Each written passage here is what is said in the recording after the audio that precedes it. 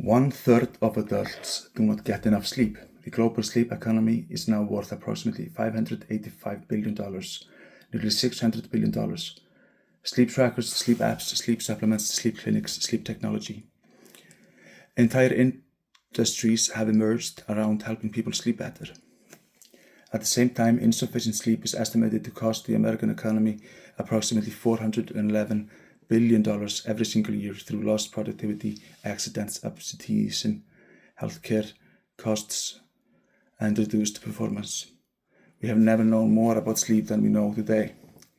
Researchers such as Matthew Walker, author of Why We Sleep, have helped us understand how profoundly sleep influences memory, learning, emotional regulation, recovery, and long-term health. We can measure our heart rate, our sleep stages, our oxygen levels, our stress, our movement, our calories, our biology. We have more information than any generation in human history, and yet millions of people still wake up exhausted. In Britain, nearly 7 out of 10 people report often waking up tired.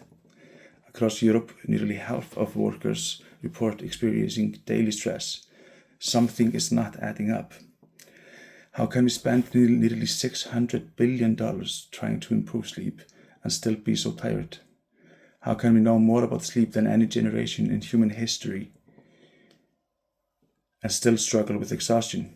The deeper I looked, the more I began to suspect that we may be asking the wrong question. For years, I found myself fascinated by a simple observation. Some people seem to recover remarkably well, others seem exhausted no matter how much they sleep. That observation stayed with me. It eventually became an obsession.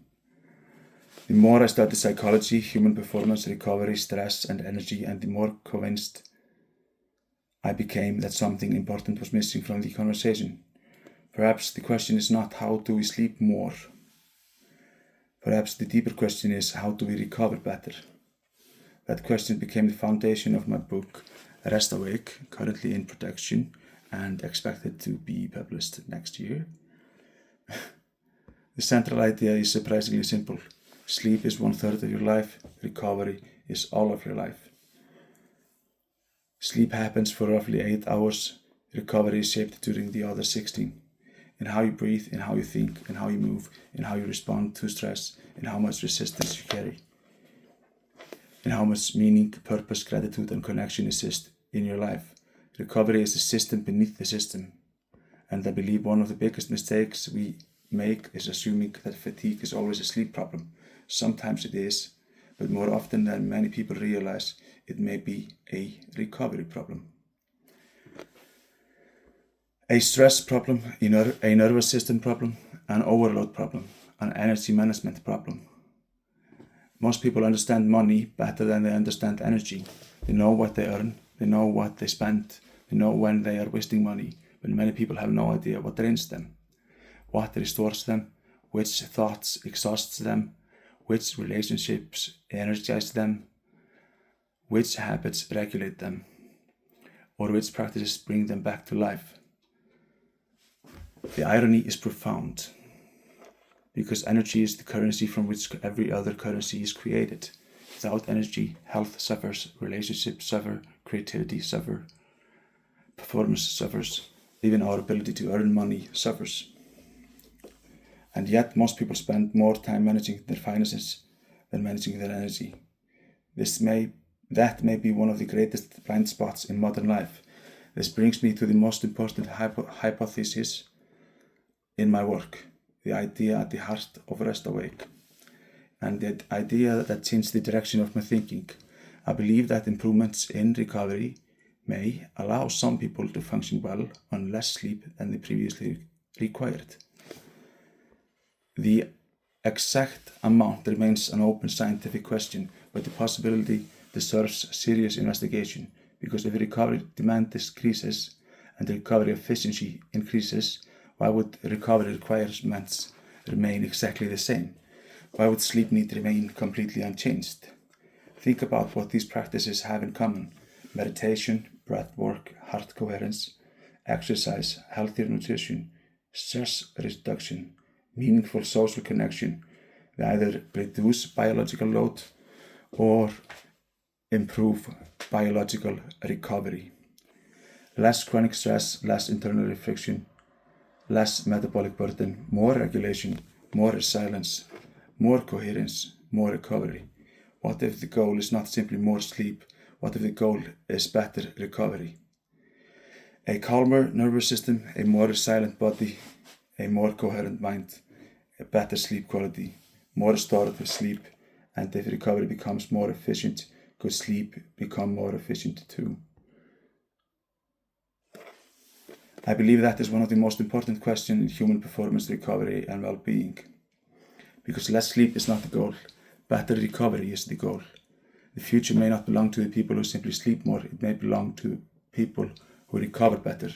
Yet, if better recovery produces deeper, more efficient, more restorative sleep, some people may naturally discover that they need less sleep than they once believed. Not because they are forcing themselves to sleep less, not because they are depriving themselves, but because they are recovering more effectively. And then I find myself asking a question. What if we have spent decades focusing primarily on sleep while overlooking recovery?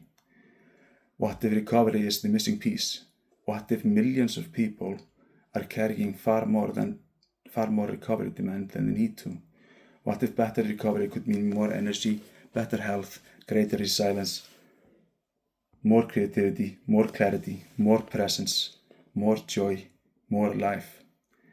And what if even a modest improvement in recovery changed the way we experience every single day? Imagine reclaiming just 20% of your sleep time through healthier, more efficient recovery. For someone sleeping 8 hours per night, that could mean more than 500 additional waking hours every year. I'm going to say that again. 500 hours. What could you do with 500 extra hours? What could you learn? What could you create? What relationships could you deepen? What dreams could you pursue? How much more life could you experience? Because this is not merely about sleeping less, this is about living more. It is about creating a life so rich in recovery that your energy expands, your clarity expands, your resilience expands, your health expands, your ability to contribute expands, your life expands. And if there is even a chance that this hypothesis is true, then I believe it deserves serious attention.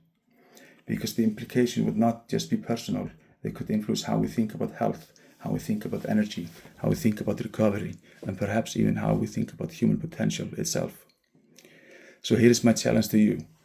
Tonight, don't just ask, how can I sleep better? Ask a better question. How can I recover better while I am awake? I'm not asking you to believe this hypothesis. I am asking you to consider it, to question it, to test it, because some of the most important discoveries begin with a better question. And I believe one of the most important ideas of our time is this: human beings are not merely sleep deprived, they are recovery deprived. Recovery is a 24/7 state-dependent, trainable biological skill, a skill that begins long before your head touches the pillow. Human beings are not merely sleep deprived, they are recovery deprived.